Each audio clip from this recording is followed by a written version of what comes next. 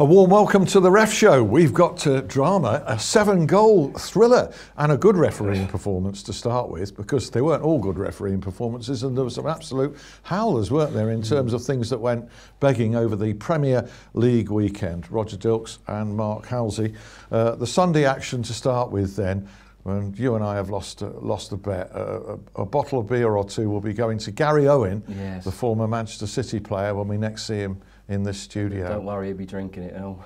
Yeah, we'll make him drink it live on air, shall we? That won't be a hardship. We said that Manchester City wouldn't lose in the entire season. We were confident of that when Gary came in here recently. Well, they have lost by 4-3 at Liverpool in an absolute thriller. Andre Mariner in charge.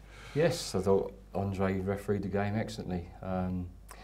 Listen, he's experienced. Okay, what he lacks in speed and agility, he's getting experience. He reads the game, he anticipates play very well, and it gets him into those viewing angles. And he's the first name you put on the team sheet, isn't it? Week in, week out. The problem is, the problem we've got with them is that we've only got 3 or 4 referees that can referee any game in the Premier League. And the others, they don't trust. We'll talk about the others. We'll talk about the others. One of the others was involved in another game on Sunday. That was a Bournemouth 2-1 win over Arsenal. I think probably that would be fair to add. But the unsung hero of a 7-goal thriller at Anfield was Andre Mariner. Absolutely, and as my friend here says, he manages players very well. He wasn't fussy.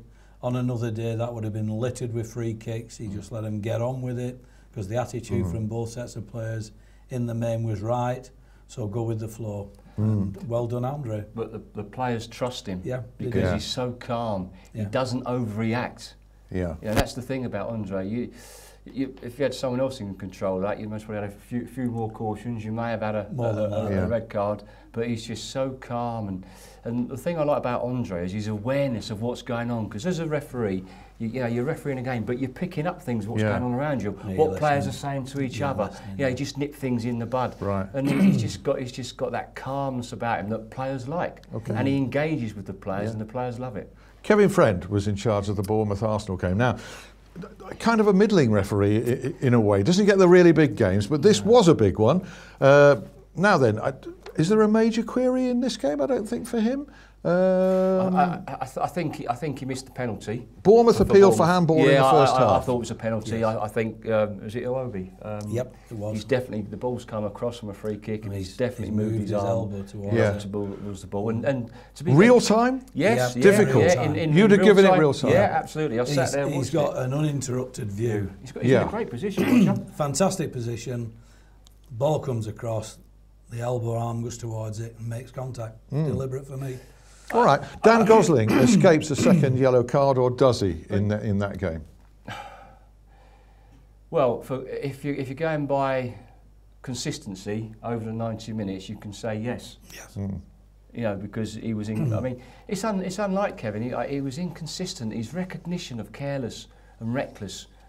It was all over the place. It was mixed up at times. Yeah. There was times when you thought a word would have done. Let's move on. And there were other times when you thought, that's a caution, and it didn't happen. I just wondered at the moment now whether they're frightened. We go back. We talk about the handball. We go back to Mike Dean's penalty at West Brom Arsenal. Now, because I know it came out from the PGMOL saying it wasn't a penalty. Now I wonder if they've now gone the other way. Gone the other way. Not going to give anything. And they're not going to give it. There's great confusion in this area, isn't there? There's massive confusion. But there shouldn't have been any confusion in the big highlight one of the weekend. No, there's confusion at all levels, the Football League and Premier League. We need to get that straight then. So Watford 2, Southampton 2. I mean, this is this highly controversial 90th minute equaliser here for Watford. Abdoulaye Doucouré just blatantly scores with his right hand here in this game. You can see it quite clearly. Can you see it real time clearly? Could you see it real time clearly? His legs are not up there. No. So what part of the body is he going to use? His arms. I mean, and Roger, correct me if I'm wrong, but if you look at Roger's positioning, he's too detached from play. He's got to be more. Scott. This is Roger East is the referee. Roger East, He's too detached from play. Yeah. But in those situations where you miss, and Roger, we've both been at that level, because you do miss things. but you want your assistant to come in and bail you out. And the assistant, Derek Heaton, Derek Heaton, has got a best view in the house.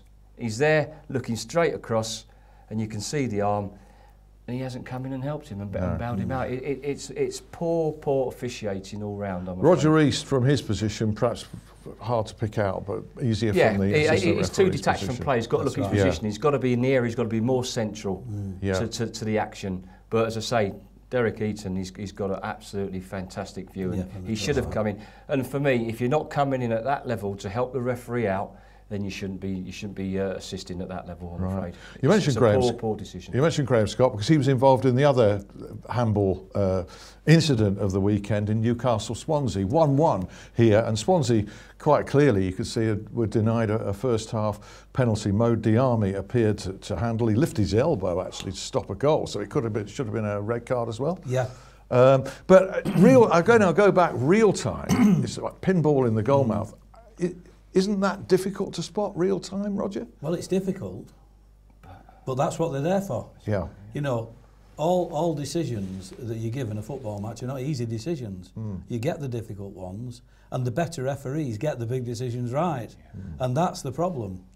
They're working as a team, so one of them should have got it. Peter Kirkup is the relevant assistant referee in that incident. Once again, he's got nothing. He's got no offside to contend with because the Army's the last man. So he's looking straight at it, and you can see him. Graham Scott's got a great view. He's got no players in his way. He could have been a little bit more central, as I said. Yeah. I think we're missing a lot of these big decisions because of their positioning. Yes. So what's happening with the coaching? So for me, Graham Scott's got a great view. He should have been a bit closer. But once again, I reiterate that the assistant referees have got to be brave and come in and help their referees. Yes. Right. I just feel it's a them and us. Yeah. And every man for himself. Every man for himself.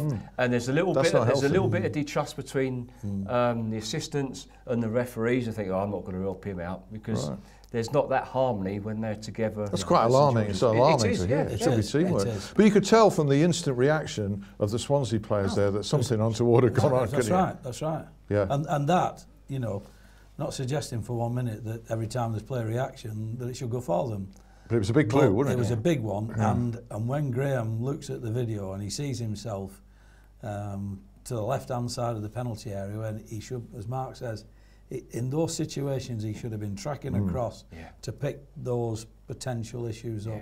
Right. And there's no movement. Right. The Chelsea-Leicester game finished 0-0. Mike Jones was in charge. There was some criticism of the sending off of Ben Chilwell in the second half. 2 yellow cards in the space of 5 minutes for fouls. Claude Puel, the Leicester manager, said it was harsh. Have you a view on that? Yeah, I mean, I watched the game live, and I have to agree. I think he was unlucky because he didn't see the players come from behind him, and I think if you look at if it was an Andre Mariner, Martin Atkinson, Michael Oliver, I think they just would have just managed that situation. You know, it wasn't a reckless challenge. He's gone there for the ball, and I think he could have well have managed that situation better than he did. Okay, the Riyad Mahrez situation, a penalty appeal, but you can see, you know, on replay, but it does take a replay to be absolutely sure. He appears to have induced any contact in there. Should he have been cautioned for simulation? I think in real time, if you look at it 3 or 4 times, you would say yes. The referee doesn't get 3 or 4 views at it. No. And this is the... he's correctly said no penalty. Yeah, he said no penalty. He's not got sucked into a penalty, so the panel don't have a look at it. And that's the, you know, silliness of this new panel scenario. It's only if they give the penalty do we have the retrospective action. You know, when a situation like that could quite easily have, you know, sucked Mike Jones into giving a penalty, and then he would have gone to the panel and had a ban. Just quickly, Spurs-Everton, 4-0 home victory. It's not going to make too much difference, but the second Spurs goal was a linesman's call again, and it was offside. It was offside. Assistant's call. Assistant referee. I'm still very old-fashioned about that. Linesman, but you can't say linesman because it could be lineswomen, so all right. But I think on that situation, Lee Betts was at least 2 metres out of position. That's why he's got that wrong.